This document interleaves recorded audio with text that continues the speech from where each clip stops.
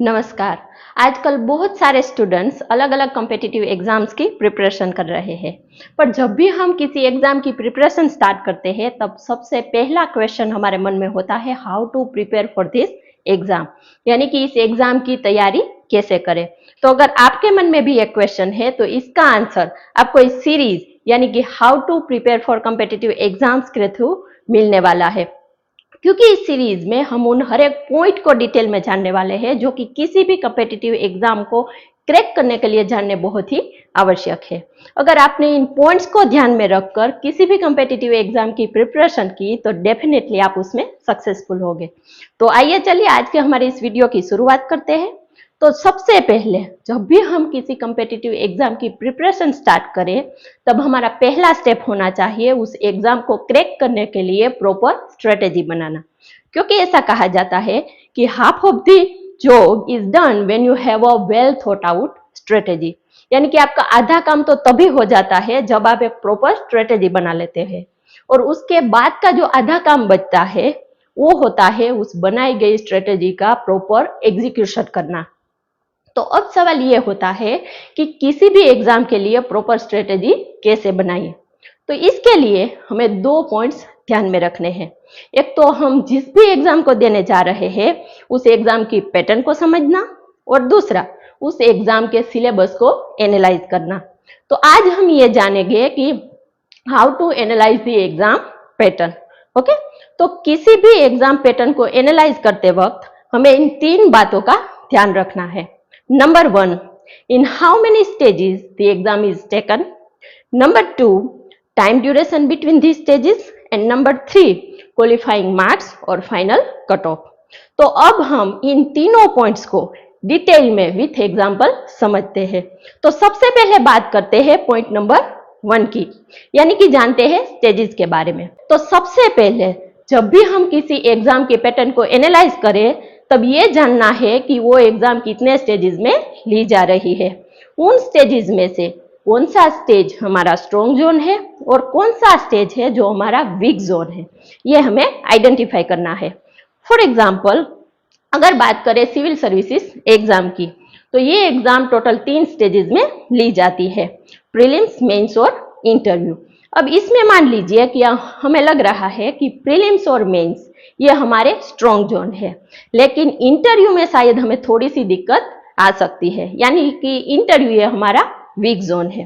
तो एक बार ये आइडेंटिफाई हो जाने के बाद हमें अपने स्ट्रॉन्ग जोन में तो मेहनत करनी ही है, पर साथ ही साथ हमारा जो वीक जोन है उसमें हमें ज्यादा एफर्ट्स लगाने हैं। जैसे कि हमने अभी अभी बात की कि इंटरव्यू हमारा मान लीजिए कि वीक जोन है, तो इसके लिए हमें इंटरव्यू कैसे देते हैं, इंटरव्यू देते वक्त हमें किन किन बातों का ध्यान रखना चाहिए, इसके बारे में जानिए। साथ ही साथ मॉक इंटरव्यू दीजिए। इस तरह हर रोज प्रैक्टिस करके हम हमारे वीक जोन को भी स्ट्रॉन्ग बना सकते हैं।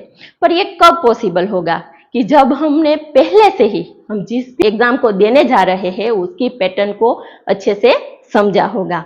ओके, तो अब आगे बढ़ते हैं और बात करते हैं पॉइंट नंबर 2 की, यानी कि time duration between the stages.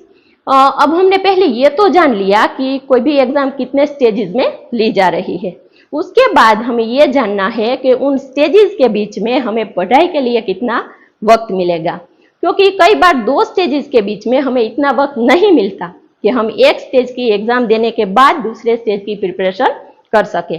For example हम सिविल सर्विसेज एग्जाम को ही एग्जाम्पल के तौर पर लेते हैं, क्योंकि बहुत सारी जो कॉम्पिटिटिव एग्जाम्स है उसकी पैटर्न भी इसी प्रकार की है।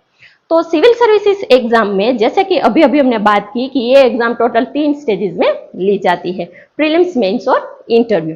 तो इसमें प्रीलिम्स और मेंस के बीच में हमें इतना वक्त नहीं मिलता कि हम प्रीलिम्स देने के बाद मेंस की प्रिपरेशन कर सके। जैसे कि अगर हम इसी साल का टाइम टेबल देखें तो प्रीलिम्स ली गई 28 मई को और मेंस होने वाली है 15 सितंबर को, यानी कि हमें प्रीलिम्स और मेंस के बीच में सिर्फ 3.5 महीने का ही वक्त मिल रहा है। तो इतने कम वक्त में मेंस का पूरा सिलेबस कवर करना बहुत ही कठिन है। तो इस स्थिति में ये आवश्यक हो जाता है कि हम प्रीलिम्स के साथ मेंस की प्रिपरेशन भी करते रहे। तो हमें इस बात का ध्यान रखना है। तो अब आगे बढ़ते हैं और बात करते हैं थर्ड पॉइंट की, यानी कि क्वालिफाइंग मार्क्स और फाइनल कट ऑफ की। तो जब भी हम किसी भी एग्जाम की पैटर्न को एनालाइज करें तब हमें इस बात का भी खास ध्यान रखना है कि उस एग्जाम में कौन से स्टेज में हमें सिर्फ क्वालिफाई करना है और कौन से स्टेज के मार्क्स हमारे फाइनल मेरिट में कंसीडर किए जाएंगे। जैसे कि सिविल सर्विसेज एग्जाम में प्रीलिम्स के मार्क्स के आधार पर कैंडिडेट को सिर्फ मेंस के लिए शॉर्टलिस्टेड किया जाता है। ये मार्क्स कैंडिडेट के फाइनल मेरिट में कंसीडर नहीं किए जाते। तो इस स्थिति में कुछ स्टूडेंट्स ऐसी स्ट्रेटेजी बनाते हैं कि वो प्रीलिम्स में सिर्फ क्वालिफाई हो जाए उतनी मेहनत करते हैं और अपना ज्यादा फोकस मेंस की प्रिपरेशन पर लगाते हैं। पर इसके लिए हमें पिछले सालों में प्रीलिम्स के कट ऑफ मार्क्स कितने रहे थे वो जान लेना बहुत ही आवश्यक है। यह जानकारी हमें ऑनलाइन मिल जाती है। इससे हमें प्रीलिम्स में मिनिमम कितने मार्क्स गेन करने हैं इसका आइडिया लग जाता है। इसके लिए हमें प्रीलिम्स में पिछले 3 सालों में कट ऑफ मार्क्स कितने रहे हैं वो जान लेना है। उसमें +10 मार्क्स ऐड करके जो भी टोटल बनता है उतने मार्क्स हमें प्रीलिम्स में मिनिमम लाने हैं, ऐसा गोल बनाकर अपनी प्रिपरेशन स्टार्ट कर देनी है। तो इस तरह हम जिस भी एग्जाम को देने जा रहे हैं उसमें सबसे पहले उस एग्जाम की पैटर्न को अच्छे से समझिए और उसके अकॉर्डिंग अपनी प्रिपरेशन स्टार्ट कर दीजिए ताकि हम कम वक्त में ज्यादा फ्रूटफुल वर्क कर पाए। तो आज के लिए बस इतना ही, पर हमारे नेक्स्ट वीडियो में हम जानेंगे how to analyse the syllabus. तो आई एम श्योर कि आज का हमारा ये वीडियो आपको बहुत ही यूजफुल होगा। अगर आज का हमारा ये वीडियो आपको अच्छा लगा हो तो इसे लाइक कीजिए, हमारी इस चैनल एनपीडी स्कूल को सब्सक्राइब कीजिए और अगर आपको कोई भी क्वेश्चन है तो उसे कमेंट सेक्शन में लिखकर हमें जरूर भेजिए। Thank you.